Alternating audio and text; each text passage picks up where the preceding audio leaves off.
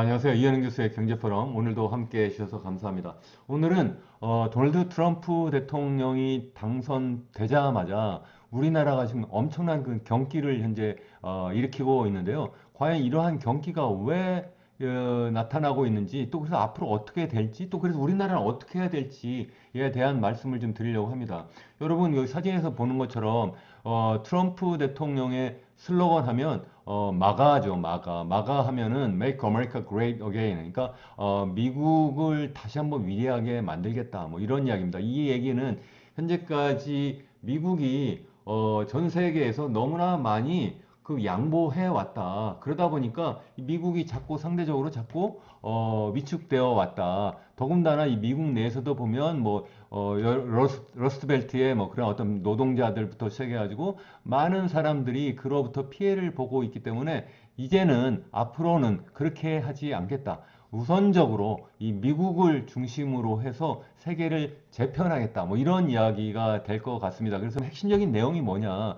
이것은 크게 한 세 가지로 나눠볼 수 있을 것 같아요. 경제적인 정책만 이야기하면 일단 전 세계에 대해서 관세율을 높이겠다. 그래서 보편 관세, 그러니까 모든 나라로부터 들어오는 상품에 대해서 한 10%에서 한 20% 정도 관세를 부과하겠다. 처음에는 한 10% 이야기를 하다 선거 말기에 가면 20%까지 부과하겠다. 뭐 이렇게 하고 있고요. 특별히 대중국 수입 관세는 60%까지 부과하겠다. 뭐 이렇게 이야기를 하고 있어요. 또 뿐만 아니라 이 반도체법이라든가 뭐 인플레이션 저감법 IRA라고 하잖아요. 그런 것을 통해서 외국으로부터 그 소위 얘기하는 여러 그 반도체 관련 기업들의 어떤 투자를 유치하고 또 뿐만 아니라 여러 신재생 에너지와 관련된 그런 기업들을 미국 내로 투자를 유치해 왔는데 그러한 그 바이든 행정부의 정책을 아예 폐지를 하겠다. 뭐 이렇게 이야기를 하고 있는데 완전 폐지는 못 하더라도 적어도 축소를 확실히 할 거는 분명한 것 같습니다. 또 뿐만 아니라 이제 국내적으로 보면 기업들의 그 어떤 세금, 그러니까 법인세죠. 이 법인세를 현재 21%로 이미 많이 낮아져 있는 상태인데 이걸 15%까지 낮추겠다. 그러니까 트럼프 1기 행정부 때 한번 법인세를 낮췄는데 이번에 더 많이 낮추겠다. 뭐 이런 거고요. 또 뿐만 아니라 개인소득세와 관련해서도 여러 가지 이제는 뭐 그 예외 조항을 줘서 실질적으로 개인소득세가 인하되는 그런 효과를 가져올 수 있도록 하겠다. 뭐 이런 이야기고 또 불법 이민 노동자는 추방하겠다. 그래서 현재 뭐 바이든 행정부 들어와서 너무나 많은 불법 이민 노동자들이 들어와서 우리 미국인의 일자리를 지금 빼앗고 있다. 그렇기 때문에 이제는 더 이상 방치하지 않겠다. 그래서 이 이민자들을 이제는 현재 한 10배 이상 연 100만 명 정도 이상을 추방을 하겠다. 뭐 이렇게 지금 하고 있습니다. 그렇게 하게 되니까 이제는 트럼프 발 이제 3고가 우리나라에서 지금 나타나고 있는 거예요. 그게 제일 첫 번째가 뭐냐면 고환율 그러한 현상이에요. 두 번째는 이제 고물가예요. 또 그리고 또 고금리예요. 왜 그런가요? 이런 것은 이제 하나하나 지금 생각을 해 보려고 하는데요. 여기 보시는 것처럼 이 환율이 지금 보시면 최근에 여기 지금 11월 여기 요 지금 여기 11월 초 요 마지막 부분에 보시면 최근에 이렇게 막 발작해서 막 튀어 올라서 지금 1,400원을 이미 넘겼는데요. 그래서 어쩌면 이제 1,400원이 그러니까 달러당 1달러당 1,400원이 이제 뉴 노멀이다 뭐 이런 이야기까지 하는데 어쩌면 1,400원 정도가 아니라 1,450원까지도 갈 수 있지 않을까 이렇게 많은 사람들이 지금 우려스럽게 이제 보고 있는데요. 이렇게 된 이유가 뭐냐는 거죠. 좀 전에 우리 봤었던 그 세 가지 핵심적인 정책을 한 번 더 생각을 해 보시죠. 이 보편적 관세를 부과하고 또 중국에 대해서는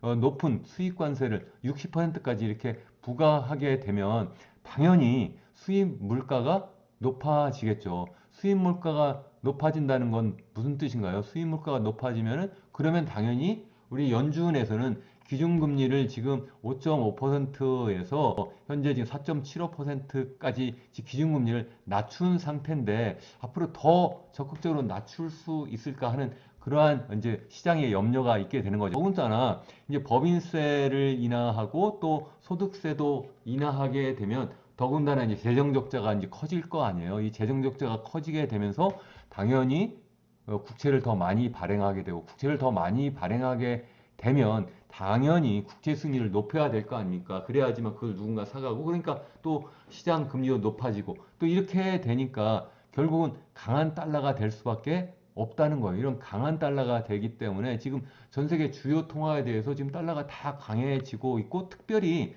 더 우려스러운 거는 우리나라의 통화에 대해서는 더더욱 강한 달러의 모습을 현재 보이고 있다는 겁니다. 이게 처음이 아니에요, 사실은. 이게 지금 굉장히 중요하다고 저는 생각을 하는 게 뭐냐면, 현재 지금 맨 오른쪽, 여기가 지금 현재 트럼프발 이제 환율 발작인데요. 이게 역사적으로 보면 한 네 번째인 것 같아요. 여러분들 많이 경험하셨거나 아니면 들어보신 그 IMF 외환위기 때, 1997년 때, 그 당시에 97년 초만 해도 한 800원대 초 정도 되었어요. 1달러당 한 800원 초였는데, 이게 막 급작스럽게 이제 후반부에 가가지고 이게 1900원대 넘어서 거의 2000원대까지 이렇게 막 도달했었는데요. 그게 이제 첫 번째 아주 정말 심각한 그런 환율 발작이었고 그것이 이제 우리나라에게는 이제 IMF 위기를 불러온 그러한 아주 직접적인 이제 계기가 된 거죠. 또 두 번째 이제 환율 발작이 있었던 것이 2008년도 글로벌 금융 위기 때예요. 이때도 이 환율이 이게 1,400원 넘어서 1,500원대까지 돌파하는 그러한 때가 한번 있었어요. 그러다가 이제 다시 또 이제 내려왔다가 다시 이제 코로나 팬데믹이 2020년 터지면서 다시 한번 이게 또 환율 발작이 일어났습니다. 이렇게 지금 먼저 뭔가 국내외적으로 우리 국내적으로 또는 국외적으로 어떤 문제가 생기게 되면 이게 달러가 우리나라에서 빠져나가서 미국으로 들어가 버려요. 이렇게 되면서 이게 우리나라의 원화 가치가 떨어지는 그러한 상황이 되고요. 지금 다시 한번 마지막에 그러한 상황으로 지금 가고 있는 것이 아닌가 이렇게 지금 걱정하고 있는 그러한 상황입니다. 그래서 그런데 이게 그러한 이제 제가 이제 그러한 상황에서 그게 무슨 문제냐? 이게 지금 환율이 높아지게 되니까 우리나라 입장에 생각해 보면 이게 환율이 높아진다는 건 뭔 뜻이에요? 당연히 그게 이제 수입 물가를 또 높이게 되는 거잖아요. 수입 물가 높아지면 서서히 잡혀가던 그러한 인플레이션이 다시 한번 또 튀어 올라갈 수 있기 때문에 한국은행의 입장을 생각하면 기준금리를 쉽게 낮추지 못할 거다. 지금 3.5%에서 최근 3.25%포인트로 한번 낮췄잖아요. 이렇게 낮췄는데 앞으로 계속 낮출 수 있을까? 그렇지 못할 가능성이 크다. 그 이유가 첫 번째는 이 지금 수입되는 그 상품의 가격이 높아지는 환율에 따라서 더 높아질 가능성이 크다. 이미 지난 10월 수입 물가가 이미 그 환율이 높아지면서 다시 튀어 오르고 있는 그러한 상황에 있어요. 근데 이게 이제 12월, 11월, 10월 통계가 그런데 11월은 더 본격적으로 지금 환율이 높아지고 있기 때문에 수입 물가는 더더욱 높아질 가능성이 크고 그러면 우리나라의 중앙은행인 한국은행의 입장에 생각하면 쉽게 기준금리를 낮추지 못할 것이고 그러니까 시장 금리도 당연히 쉽게 낮춰지지 못할 것이다. 바로 그래서 제가 첫 번째 고환율 말씀드렸고 또 물가가 또 고물가가 될 수밖에 없고 또 그래서 또 고금리로 계속 유지될 수밖에 없지 않을까 이런 이제 생각을 하는 겁니다. 이것이 다 우리나라 입장에 생각하면 좋은 게 아니죠. 환율이 높아지니까 그것이 또 수입 물가를 높이고 또 그것이 우리나라의 자금이 해외로 빠져나가니까 안 좋은 거고 또 고물가가 되니까 그게 또 인플레이션 또 불러일으켜서 실질적인 소득을 또 줄이니까 또 그게 안 좋고 또 고금리가 되니까 여러 가지 내수 경기가 또 나빠질 수밖에 없는 그러한 상황으로 내몰리고 있다 하는 얘기입니다. 그렇기 때문에 이게 3구로 끝나지 않고 3저로 연결될 것이다. 저는 그렇게 생각합니다. 이 3저가 뭐냐면 첫 번째가 바로 저주가예요. 저주가니까 좀 발음이 좀 이상하긴 한데 주가가 이게 하락할 수밖에 없는 그런 상황으로 내몰리고 있다는 거고 두 번째는 또 수출이 또 만만하지 않을 것이다. 수출이 계속 또 위축받을 수밖에 없다는 거고 세 번째는 저성장 국면으로 더 본격적으로 빠져 들어가는 것이 아닌가 이렇게 생각을 합니다. 우선 첫 번째 주가 지수부터 한번 볼까요? 여기 보시면 대표적인 코스피 지수를 이렇게 보시면 여기 지금 맨 오른쪽이 이제 가장 최근인데 최근에 지금 빠지고 있잖아요. 이렇게 빠지고 있는데 이에 보면 이 최고치 2021년 6월에 이게 3,300을 넘었을 때에 비하면 지금 이게 2,419까지 떨어졌는데 이 정도면 한 27% 정도 이렇게 하락을 한 거예요. 쉽게 얘기하면 한 1억 원 투자한 분의 입장을 생각하면 한 2,700만 원을 평균적으로 손해봤다. 뭐 이렇게 생각할 수 있는 거죠. 또 뿐만 아니라 지난 7월에 단기 고점을 2,896에 찍었었는데 그 이후로도 한 12% 이렇게 하락한 거다. 이렇게 볼 수 있고요. 더더욱 우려스러운 거는 우리나라의 주가 지수가 제일 많이 빠졌다는 거예요. 지금 이러한 또 코로나 이후에 한때 굉장히 많이 상승했다가 다시 좀 하락했다가 다시 또 최근에 좀 올랐다가 지금 떨어지고 있는데 특별히 이제 트럼프발 이런 발작이 일어나면서 더더욱 많이 빠지는데 이게 우리나라가 특별히 더 그렇다. 그러한 비슷한 상황이 코스닥에서도 지금 나타나고 있는 것을 이 그림에서 볼 수가 있습니다. 그래서 제가 우리나라가 정말 그러냐? 제가 지난 일주간에 우리나라 코스피 지수하고 코스닥 지수를 다른 나라의 주가 지수하고 좀 비교해서 봤어요. 우리나라 코스피 지수는 일주일 동안 5.4% 빠지고 코스닥 지수는 뭐 5.5% 빠졌는데 그와 비교해 보면 대만 각권 지수는 2% 남짓 빠졌고요. 유로스톡스 그러니까 유럽의 대표 이제 지수죠. 주가 지수도 한 2% 남짓 빠졌고 니케이 지수도 한 1.5% 빠지고 상해 종합 지수도 어쩌면 중국이 가장 많은 충격을 받을 것이다. 미국이 중국에 대해서는 특별히 수입 관세를 60%까지 지금 부과하겠다고 하기 때문에 중국이 가장 큰 피해를 받을 거라고 생각했는데 의외로 한 1% 남짓밖에 빠지지 않았다는 거죠. 그래서 이게 지금 우리나라가 이게 왜 이런 상황이냐 이게 지금 걱정이 될 수밖에 없는데요. 사실 생각해 보면 이게 이번만 그런 게 아니라 이미 우리나라의 주가 지수는 이미 몇 년 전부터 계속 빠지고 있었어요. 그래서 여기 보시면 지난 3년간 세계 주요 주가 지수의 등락률인데요. 우리나라의 코스피하고 코스닥은 지금 코스피는 19%, 코스닥은 무려 33% 지금 빠진 상태예요. 이렇게 빠졌는데 여기 보시면 맨 왼쪽 니케이는 그 3년 동안 무려 30% 올랐고요. 대만 각권 지수도 한 29% 올랐고 S&P 500, 미국의 S&P 500, 우리나라의 코스피 같은 거죠. 그것도 한 29% 가까이 올랐고요. 나스닥 종합 지수도 한 20% 이상 올랐어요. 유로스톡스조차. 그러니까 유럽은 굉장히 지금 경제가 어렵다 뭐 이런 얘기를 함에도 불구하고 여기도 한 8% 이상 다 올랐어요. 적어도. 중국이 굉장히 나쁘다, 어렵다 뭐 이런 이야기를 많이 하는데 상해 종합 주가 지수도 보면 우리나라보다도 그렇게 많이 빠지지 않았어요. 사실 뭐 우리나라하고 비슷한 정도 빠지다가 최근에 이제 중국 정부가 적극적으로 이제 경기 부양 정책을 쓰면서 좀 올라가는 듯 했잖아요. 그러다 또 다시 또 좀 빠지고 있는데 그래서 어쨌든 종합적으로 보면 지난 3년 평균 해보면 약간 지금 빠진 정도? 그에 비교하면 우리나라는 좀 뭔가 좀 문제가 있지 않을까 이렇게 지금 생각을 하고 있습니다. 그렇게 되기 때문에 이게 주가 지수만 이렇게 빠지는 게 아니라 좀 전에 말씀드린 것처럼 이게 본격적으로 여러 가지 문제를 일으킬 수가 있다는 거죠. 그게 무슨 얘기냐면 여기 제가 뭐라고 했어요. 수출도 좀 어려워질 것이다. 왜 수출이 어려워지겠어요?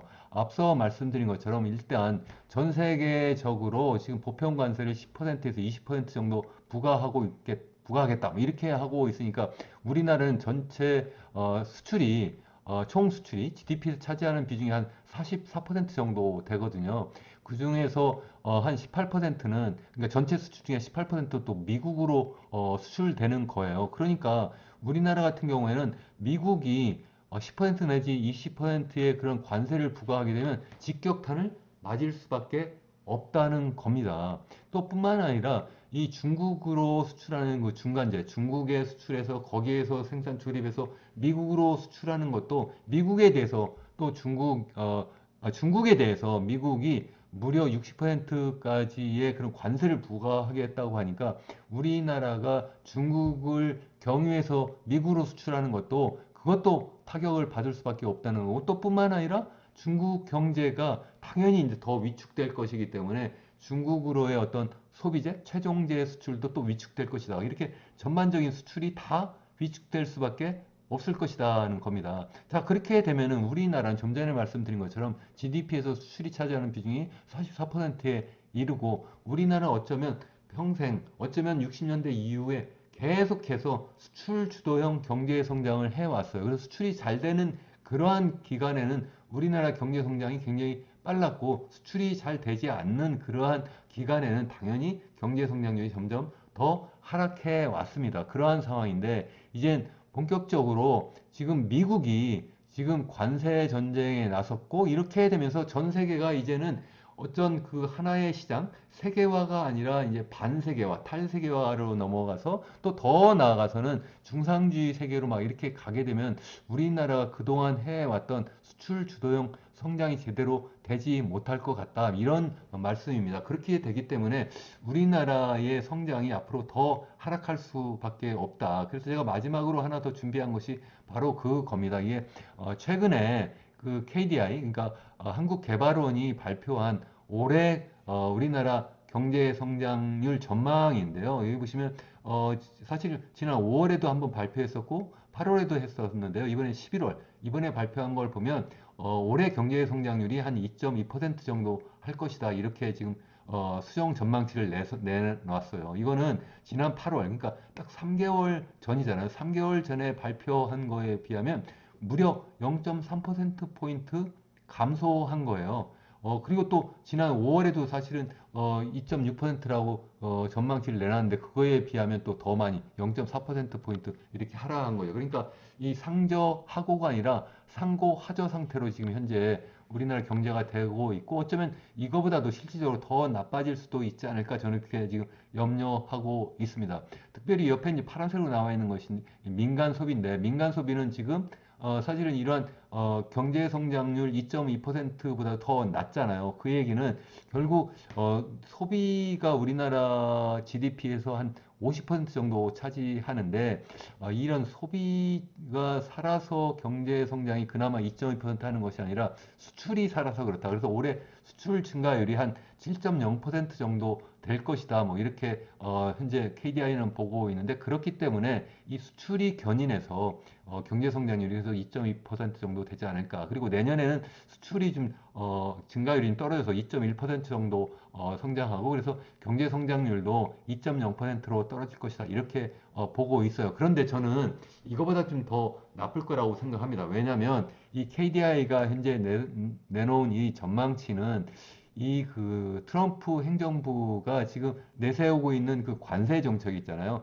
전반적인 그 보편 관세 10% 부과, 그리고 중국에 대해서는 60% 부과하는 그런 관세 때문에 나타날 그러한 전 세계적인 수출 위축이, 전 세계적인 무역 위축이 여기에 전혀 반영이 안 돼 있어요. 여기서는 지금 어떻게 가정하고 있냐면 2025년이 아니라 그러한 미국의 관세 정책은 2026년에 가서야 쓰여질 것이다. 이렇게 지금 생각하고 내세운 그러한 전망치거든요. 그런데 제가 앞서 말씀드린 것처럼 지금 미국의 도널드 트럼프 행정부는 출범하자마자 1월 20일 이제 정식 이제 취임하게 되는데 취임하자마자 100일 안에 지금 사실 첫날부터 사실은 뭐 대통령이 직접 뭐든 그 바꿀 수 있는 그러한 정책은 바로 대통령 서명으로 바꿀 뿐만 아니라 100일 안에 바꾸겠다는 거고 적어도 4년 임기가 아니라 2년 임기다 해가지고 웬만한 정책은 다 1년 안에 모든 그러한 정책을 시행하겠다. 그래서 미국을 완전히 바꾸고 전 세계의 질서를 바꾸겠다. 이렇게 하고 있거든요. 그렇기 때문에 이게 지금 쉽지 않을 것이다. 그래서 그런 이야기고요. 그렇다면 이게 도대체 우리나라 왜 이런 상황이냐, 뭐 이런 건데요. 제가 볼 때는 이게 도널드 트럼프가 현재 지금 이제 당선되고 이제 그래서 뭐 이런 정책을 내세우고 있는데 그렇기 때문에 지금 뭐 환율이 그렇게 막 발작을 일으키고 또 그래서 수입 물가가 또 높아질 것이고 그래서 또 전반적인 물가가 높아지고 또 고금리 상황으로 갈 것이다. 또 그런 삼고가 있을 뿐만 아니라 그래서 앞으로 주가도 더 떨어지고 또 뿐만 아니라 여러 가지 그 뭐 그에 따른 뭐 그 수출도 떨어지고 또 경제 성장률도 또 더 나빠질 것이다. 뭐 이런 말씀을 드렸는데 이거는 트럼프발 어떤 촉매제다. 그러니까 그런 어떤 트리거 역할을 한 것뿐이지 진짜 원인은 이게 아니다. 제가 그동안 계속 제가 말씀드렸어요. 우리나라 경제 이렇게 하면 안 됩니다. 우리나라는 지금 너무 빠른 인구 고령화에다가 지금 너무 빚내서 집을 사고 건설 경기 살리고 그래서 소위 얘기하는 빚으로 지은 집과 마찬가지입니다. 뭐 이런 말씀을 많이 드렸잖아요. 그렇기 때문에 전반적인 경제 성장 잠재력이 계속 떨어지고 있습니다. 그러니까 이렇게 하면 안 됩니다. 언젠가 터져도 터집니다. 그동안 너무 빚도 많이 쌓아놔가지고 그래서 소비도 못합니다. 또 그렇기 때문에 너무나 다 자산이 다 이 그 부동산 주택으로 가 있어요. 우리나라 같은 경우는 전체 가계 자산 중에 79%가 이 자기 부동산으로 다 가 있다 이런 말씀도 제가 드렸는데 그러다 보니까 어떻게 다른 데에다 어떻게 투자할 수가 없는 거 어떻게 주식 시장에 그 돈이 갈 수 있으며 어떻게 이게 설비 투자나 아니면 미래 먹거리를 위한 그런 어떤 R&D 투자로 갈 수가 있겠냐는 거예요. 그게 안 된다 이런 말씀을 드렸고 그래서 이렇게 된 상황에서 가계부채가 이렇게 많은 상태에서 우리 실질 가계소득, 그러니까 실질 가처분 가계소득 대비 한 150% 정도 되거든요. 이 가계 부채가. 이런 상태에서 어떻게 소비가 될 것이다. 안 된다. 그렇기 때문에 이거 바꿔야 됩니다. 이렇게 계속 말씀드렸는데, 만약 그게 아니더라도 어느 순간에 외부에서 충격이 딱 오면 그게 트리거가 돼가지고 갑자기 쓰러질 수도 있습니다. 이런 말씀을 드렸는데, 지금 그런 상황이 되는 것이 아닌가 굉장히 걱정하고 있습니다. 그래서 이게 지금 단순히, 뭐 피상적으로 이게 외부적 요인이니까 그런 거야. 이거만 잘 넘겨보자. 이렇게 하면 안 된다. 이번을 계기로 본격적인 구조 조정을 해야 된다. 뭐 이런 말씀이고요. 이것 말고도 사실 뭐 여러 가지 또 우리 인적 그 어떤 구성에서도 그동안 너무 인구 고령화가 되어 있는데 또 젊은 사람은 젊은 사람대로 너무 이제 특히 이제 뭐 대학을 가는데 이게 보니까 학벌을 위한 거고 뭐 자격증만을 위한 거고 오늘 마침 또 수능 시험까지 있었습니다만 이 수능 시험에 너무 사실 사람들이 막 완전 몰입이 돼가지고 사교육을 또 너무나 많이 거기에 막 매달리고 그러면서 부모들은 완전히 등골이 휘게 되고 그러니까 또 아이도 못 낳고 뭐 여러 가지 뭐 그런 문제가 막 발생하고 정말 우리 미래에 정말 필요한 그런 인재를 제대로 키우는 교육이 아닌 그런 것도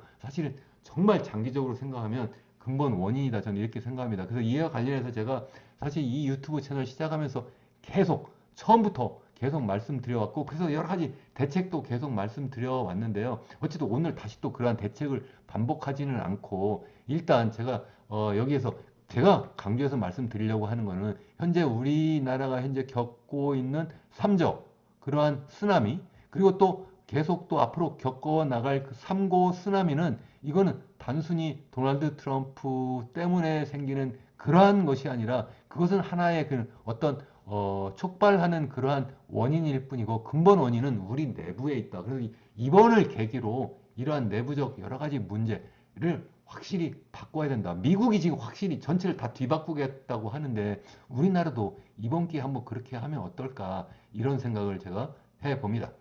여러분 끝까지 시청해 주셔서 감사합니다. 기왕이면 여러분들 구독과 좋아요, 알림 설정까지 이렇게 해주시면 감사하겠습니다. 감사합니다.